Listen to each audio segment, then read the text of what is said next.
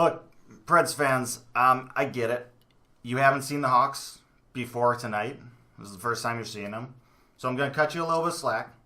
But honestly, if you've been paying attention to standings and scores and whatnot, and even last year, you should already know that we're all quite aware of this. Hawks have played 27 games, and it's been validated 18 times that we're not very good. We know that. Scientifically speaking, that's enough of a sample size to come to that conclusion. We get it. We understand. So, with that said, you don't have to tell us that we suck after every single goal. Like, we already know. It's not necessary for you guys to do that, to tell us. Like, we get it. We understand. We're on board with that concept. It's pretty much universally proven. So, like, save your energy. It's not needed. Unless you guys are doing it to remind yourselves that we suck. In that case, just do it as many times as possible. Whatever it takes to get it to stick in your mind. You do what you gotta do. Sucker bleu. I don't want to overreact. What was that?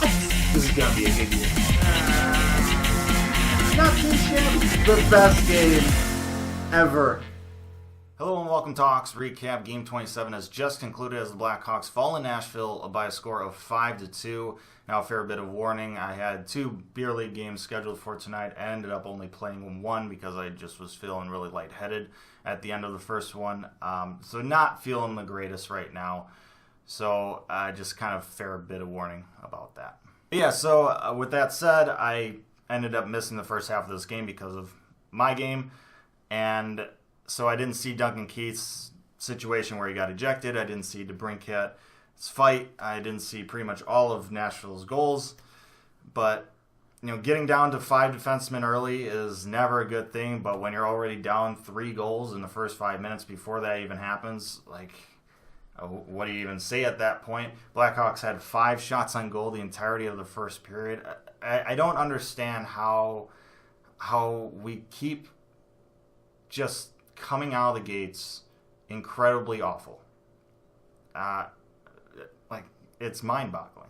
I saw that Tolvanen had his first career NHL goal. He got called up from Milwaukee, the Predators farm team today, so his first career NHL game, and he gets a goal. That's always a special moment. I don't care what player it is, what team they're on. It's always a cool thing to see because for that player who gets the opportunity, the opportunity of a lifetime to play at the highest level of the NHL, it's a moment that he's never going to forget for the rest of life. And yeah, it sucks that it was against the Hawks, but still always a cool thing. Brandon Saad had a nice little shorthanded goal to make it a 3-1 game. It's really nice to see Brandon pick it up from last year, kind of have a bounce-back season. He's been one of, if not the best players on our team this year, and that deserves respect, especially with how much pressure he had underperforming last year, especially with the trade, and we'll talk about the whole Panarin thing in a bit here, but it's good to see him, playing much more like the type of player we first remembered him as. Now, the Blackhawks scored a goal in the second period to cut the deficit to 2, which is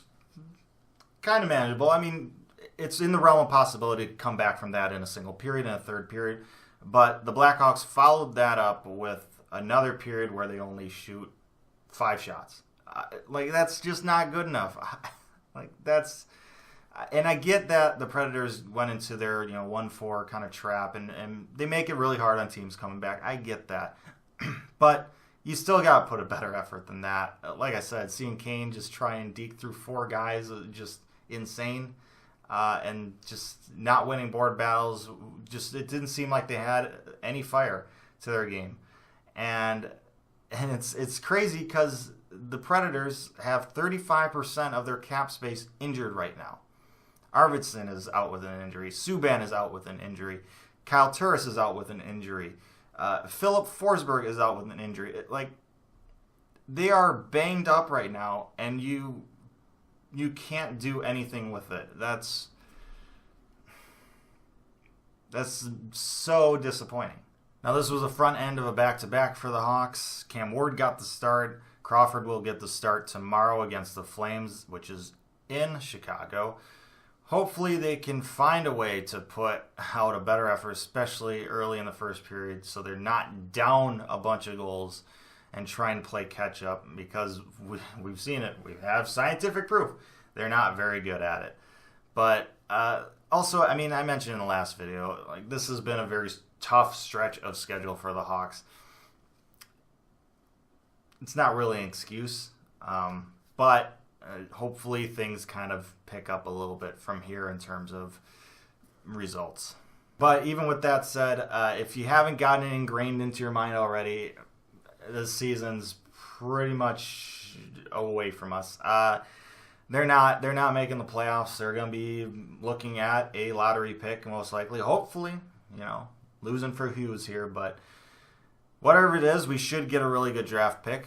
But it's not going to fix everything right away. Also, Panarin. We've heard about things because Nylander saga closed earlier today. Now we're starting to hear about Panarin and his future, free agency status, and things coming out that we're going to go all in for Panarin in free agency. We'll see. It's a long ways away. But once again, doing that move, if we did get Panarin, that's not going to fix our issues. There's a lot of things banking on with this rebuild that are going to be the difference between having just kind of a 1 or 2 season rebuild like we're currently having, or like a full-on 5-year, 7-year kind of rebuild. So with that said, I'm gonna leave it there. Thank you so much for watching this episode of Hawks Recap. Thanks for bearing with me. I'm not feeling very good. But let me know your thoughts down in the comments section below. Like, share, and subscribe. I appreciate that as always. But most importantly, stay safe, make good decisions, and I'll see you next time.